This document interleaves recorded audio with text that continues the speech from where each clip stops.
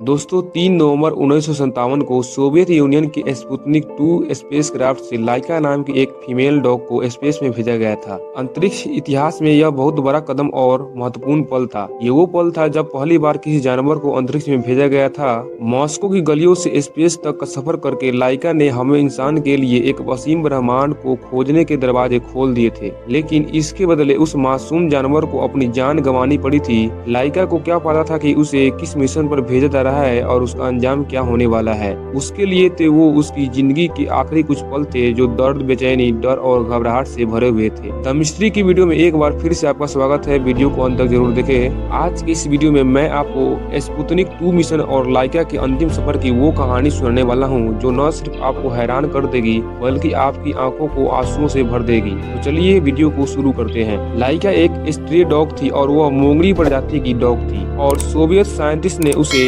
Moscow से पकड़ा था।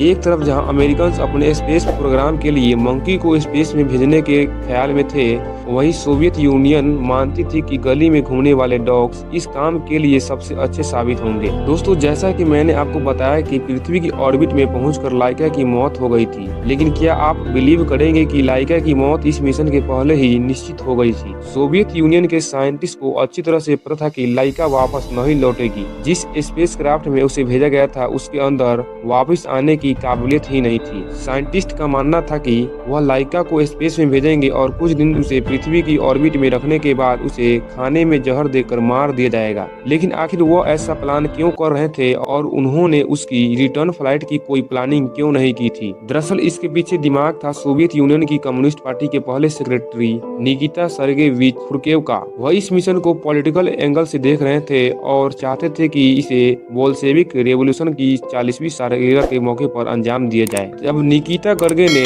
यह आदेश सुनाया तब साइंटिस्ट के पास इसके लिए सिर्फ 4 हफ्ते का समय बचा था, जिसमें रिटर्न फ्लाइट की तैयारी कर पाना नामुमकिन सा था। जब दुनिया को यह पता चला कि सोवियत यूनियन एक डॉग को स्पेस में भेजने वाली है और उसके वापस आने की कोई उम्मीद नहीं है, तो सभी ने इसका जमकर विरोध किया। सोवियत साइंटिस्ट भी मजबूरी में थे क्योंकि उनके ऊपर सरकारी प्रेशर था। साइंटिस्ट ने इस प्रदर्शन का जवाब देते हुए कहा कि लाइका इंसानियत की भलाई के लिए अपनी जान देने वाली है।